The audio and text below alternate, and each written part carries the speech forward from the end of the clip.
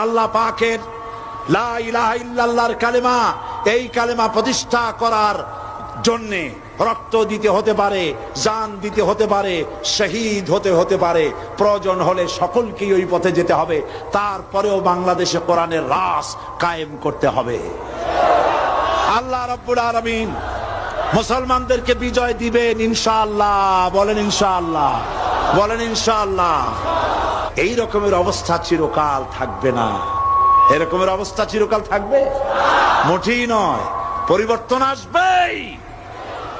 বাতিল সে দবনে ওয়ালে আয়া আসমান হি হাম সবার কর চুকা হ্যায় তু ইমতিহান হামারা। 100 বার এ পৃথিবী টেস্ট করেছে, মুসলমান জীবন দিতে পারে, কাফেরের সামনে মাথা নত করতে জানে না।